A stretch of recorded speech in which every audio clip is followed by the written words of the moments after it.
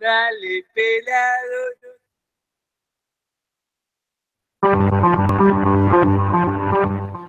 Bueno, y continuando con Todo Pasa Actualidad Política, la semana anterior, o hará 2 semanitas, la verdad que uno le pierde en el verano la precisión a los días, estuvo en Mar del Plata junto con un par de dirigentes de Forja, el ex ministro de Economía Axel Kicillof, y bueno, tuvimos la oportunidad de charlar con quien hoy es diputado nacional por Ciudad de Buenos Aires, pero más que nada la idea, en principio de la noticia, uno lo viene escuchando ya en muchos medios, hablando en contra de lo que es la situación y el gobierno de Mauricio Macri. La idea un poco era proyectar, pensando en lo que fue un intento del kirchnerismo y que tiene que ver con la patria grande, y salirnos de ese proteccionismo fronteras adentro que propone tanto Donald Trump, pero que en definitiva también el gobierno de Cristina Fernández, allá por la crisis del 2012, empezó a entender que primero había que tratar de sostener el mercado interno y a partir de ese crecimiento poder pensar a futuro. Lo cierto es que el Centro Estratégico Latinoamericano de Geopolítica,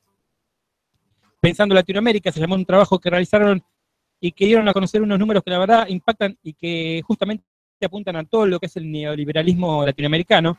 Por ejemplo, en Colombia dice que el 1% más rico concentra el 20,5% de los ingresos totales del país. En Chile, en 2015, la deuda externa, escuchen esto porque uno después ve que los argentinos se matan por ir a Chile a comprar productos baratos y regalados. Chile en 2015 tiene la deuda externa al 54% de su PBI, o sea, la mitad de su año producido lo tiene que pagar en deuda con el Fondo Monetario. El caso de Paraguay, por ejemplo, también otra de las políticas neoliberales y que me parece nosotros vamos hacia eso si no hacemos algo, el 80% de los trabajadores no tiene cobertura social. En el caso de México, por ejemplo, algo que también nosotros estamos viviendo, desde el 2012 al 2016 el aumento del precio de la gasolina fue de un casi 50%. Nosotros tenemos aumento de 10% cada 3 o 4 meses. ¿Sí? Y bueno, y la última noticia que me parece que también hay que estar atento, el caso de Brasil. Temer eliminó la prestación bolsas de familia para 10 millones de familias, algo que después aquí se hizo con la AUH, fue casi pegadito a lo que tiene que ver con lo que es asignaciones. Así que bueno, vamos a escuchar el primer corte de audio con el ex ministro de Economía, también hablando un poco acerca de este pensamiento latinoamericano, si hay una posibilidad de que vuelvan a mancomunarse los países que en definitiva somos subdesarrollados y que nos necesitamos mutuamente, en contraposición con este proteccionismo de Estados Unidos.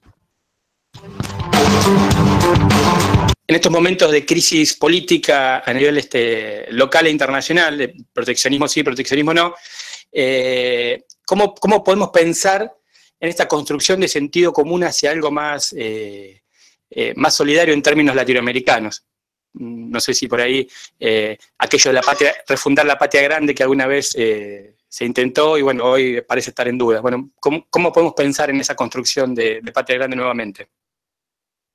Bueno, yo creo que desde la crisis del año 2008,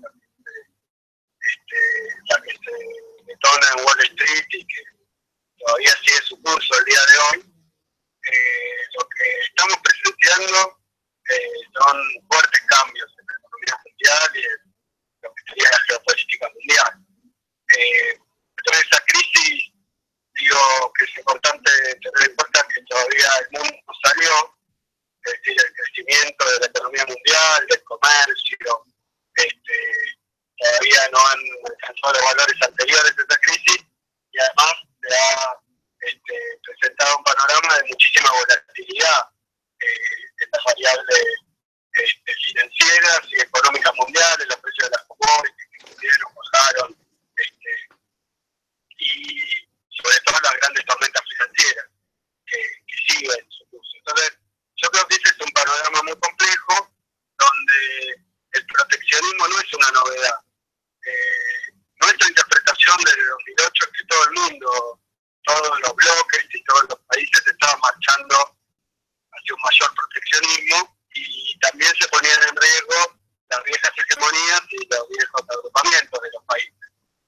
Eso se está viendo con más claridad con el caso del Brexit, pero también al mismo tiempo estamos ante un mundo que claramente es un mundo que dice multipolar, no con una sola potencia hegemónica, sino con varios polos distintos y todos ellos con muchas dificultades.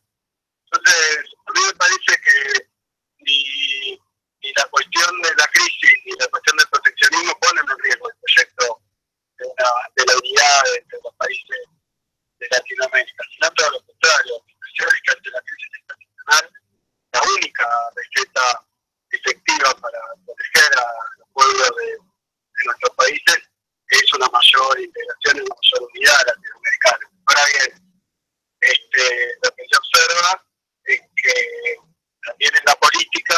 mucha volatilidad, de forma tal que en Europa no paramos de ver triunfo de la derecha, de la izquierda, de sectores más nacionalistas, más xenófobos, después del socialismo, incluso los partidos verdes, que son más bien de izquierda. Es decir, que hoy hay mucha fluctuación y mucha incertidumbre, pero no está definido el panorama. Yo creo que Trump tampoco es que abre una etapa muy clara con respecto a la política internacional, y en ese sentido reafirmo que la única posibilidad de proteger a nuestras sociedades y de garantizarle un mayor crecimiento y que no se descargue la violencia sobre los más vulnerables y los más vulnerables de Latinoamérica, que ya es una zona vulnerable, la única forma es la unidad de los pueblos latinoamericanos. Y en ese contexto hablabas de volatilidades políticas. Escuchaba a Álvaro García Linera, el vicepresidente boliviano, decir, bueno, hay que construir un nuevo sentido común, porque si los medios de comunicación son los que lo terminan construyendo, como viene pasando hace muchos años, terminamos con estos problemas sin resolver. Bueno, y la pregunta es, ¿cómo poder retomar ese sentido común desde la educación, me parece, en todo caso, y poder planificar un país a 20 años, a lo mejor?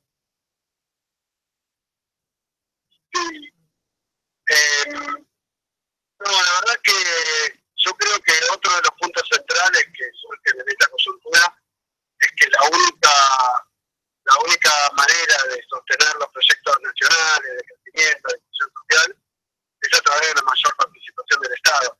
Y eso también, aunque es ambiguo, como se observa en la economía internacional y en la política internacional, queda reafirmado en este momento. Incluso las propias políticas que parece impulsar Trump son políticas de mayor intervención del Estado, planteadas de una forma extraña, pero diciéndole a los norteamericanos que para recobrar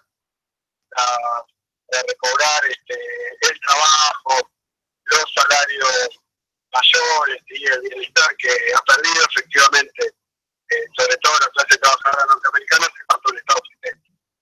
Así que yo creo que la planificación del Estado es fundamental. Y también hablando desde el Estado, creo que ya en años anteriores se probó esto de la renta básica universal. Y es cierto que estamos hablando por ahí de algo utópico, suena, porque si la asignación universal por hijo trajo los cuestionamientos que trajo, pero ya en el mundo actual se está pensando en una renta básica universal que pueda aglomerar incluso a la mano de obra que va a terminar siendo desocupada por la modificación de ya sea el trabajo en sí y la tecnología.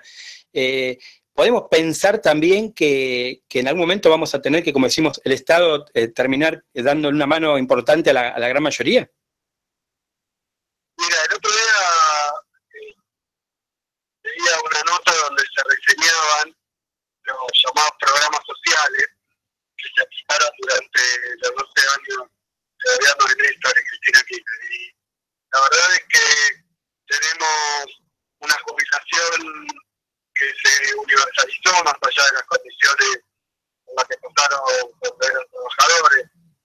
Yo soy jubilado y llegó un 96% de cobertura jubilatoria. Después la asignación universal por hijo, para todos aquellos de menores ingresos o desocupados, un salario, un ingreso familiar a 3,7 millones de personas, los jubilados son 3 millones. Y después a través de diferentes programas de gobierno vinculados con las cooperativas, pero también con programas para fomentar el trabajo de los trabajadores desocupados, la verdad que se llevó una cobertura muy amplia de los segmentos: trabajadores activos, trabajadores pasivos, sectores vulnerables. Y bueno, todo lo que fue la economía social, también con mucho estímulo, apoyo, fomento del Estado, como parte también de un intento de hacer una cobertura universal, no bajo una